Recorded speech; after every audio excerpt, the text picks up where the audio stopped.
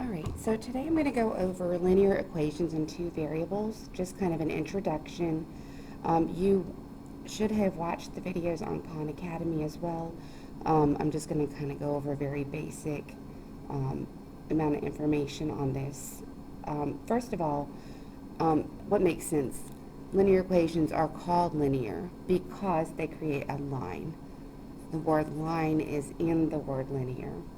And then any value of x, including fractions, will produce a y value that sits on the line for the graph. So let's just go over a couple of examples.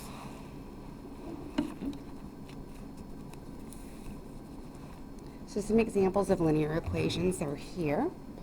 We have y equals 2x minus 3 to start with. And just to prove that it makes a line, I'm going to graph a few points. So I'm going to substitute some numbers in for x. I'm going to start with 0. And if I put 0 in for x, I'm just going to do 2 times 0 minus 3. And then 2 times 0 is 0 minus 3 gives me a negative 3. Alright, and then let's see, I'm going to go with 1 and 2. And we'll go with 1, 2, 3. We'll do that. So this is going to be 2 times 1 minus 3. 2 times 1 is 2. Minus 3 gives me negative 1. Then 2 times 2 minus 3, that's going to give me a positive 1. And then 2 times 3 minus 3, that's 6 minus 3 is 3. So I'm just going to graph those points. So here I have, first of all, start with 0, negative 3, and then 1, negative 1, 2, 1, and then 3, 3. And I'm going to make that line blue to match the color over there, because I'm going to put both of the graphs on the same coordinate plane. So this one is for y equals 2x minus 3. Alright, so for the next one, what I'm going to actually do is I'm going to find the x and the y-intercepts.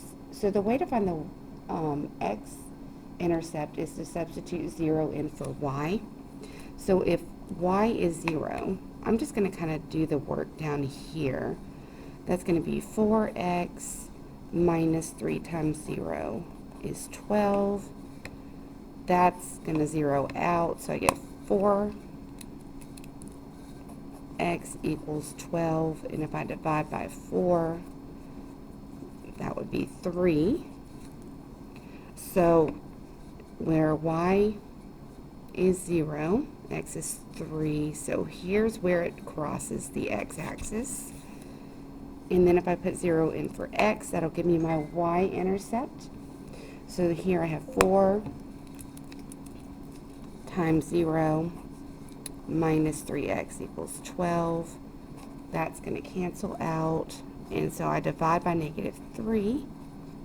And so my my y-intercept is going to, that should have been a y. Let me fix that. My y-intercept is going to be negative 4. So, and 0 down to negative 4. And I'll make that line, I don't have a red, so I'm going to go with purple. And I'm just going to connect it right here. And so this one is for 4x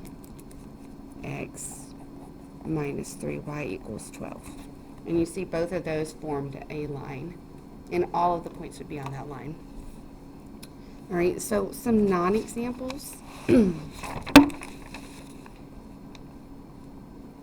You'll see here that there are some non-examples. They are not forming lines.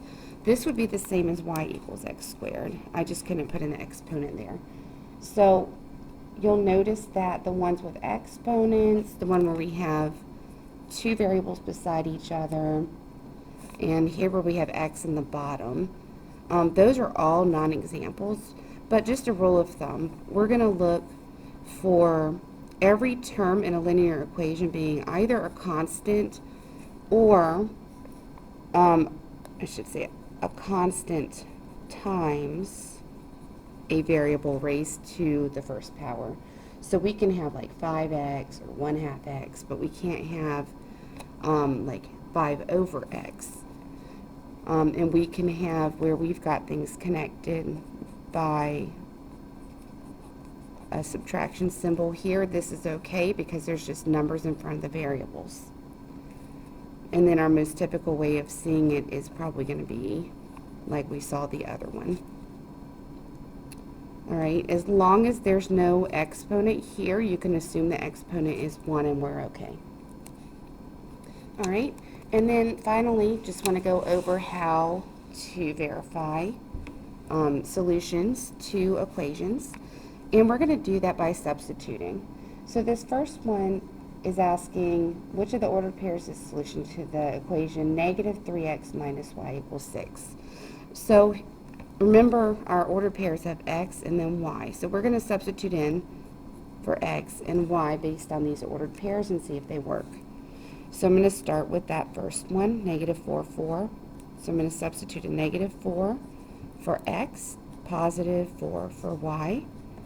And then I should get 6 if that is correct. So this is going to give me a positive 12 minus 4, which we know is 8. So that's not going to equal 6. I can rule that one out. And then let's do the other one. So negative 3 times negative 3 minus 3. If it doesn't equal 6, would not be a solution. If it does, it is. That's a positive 9 minus 3, which does in fact equal 6. So this one would work. So we don't do both or neither. We're just going to do B. All right, and then we're going to do the same thing with the next one. We're going to substitute in our x and y values. So we're going to start with the first one. So 4 times our x value is 3 minus 1 should equal 3 times 2 is my y plus 5 if that is a correct answer. So this is going to be 12 minus 1, and this is going to be 6 plus 5, both of which equal 11. So we know that this one works, so let's test out the other one. That's going to be 4 times 2 minus 1, and 3 times 3 plus 5. So this is 8 minus 1, 9 plus 5. I can already tell that's not going to work. So then A is my only answer for that one. And that's how you do these kinds of problems. If you have any questions, please send me a message, and we will get into more than the basic level next week.